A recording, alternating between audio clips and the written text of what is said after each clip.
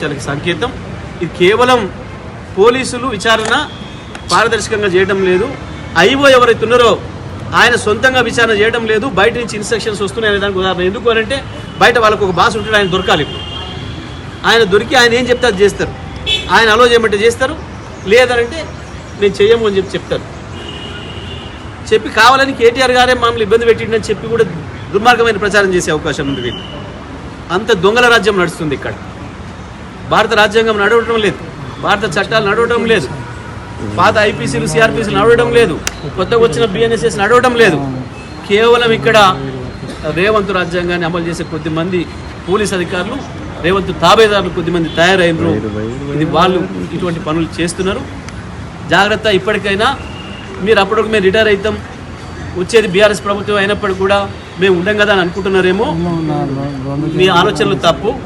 తప్పకుండా మీరు ఇవాళ చేస్తున్న నేరం చట్టాన్ని అడ్డం పెట్టుకొని చట్ట ప్రకారం నడవకుండా మీకు లేని అధికారాలు తీసుకొని చట్ట వ్యతిరేకంగా పనిచేస్తున్నారు కొంతమంది అధికారులు.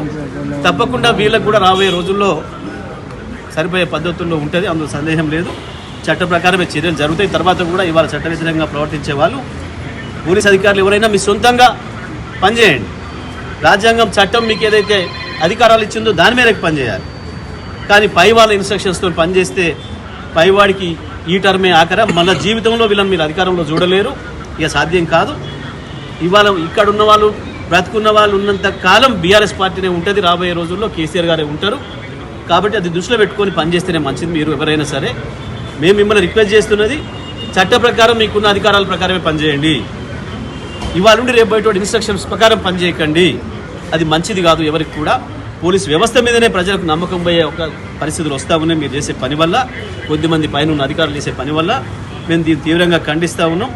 కేటీఆర్ గారు ఏదైతే మీ నోటీసును గౌరవించి ఆఫీస్కి వచ్చిండో, కేటీఆర్ గారిని లాయర్లతో సహా వెంటనే అనుమతించాలి. మీరు అడగదలుచుకున్న ప్రశ్నలు ఎన్ని అడుగుతారో, ఎంతసేపు అడుగుతారో అడగండి, ఇబ్బంది ఏం లేదు.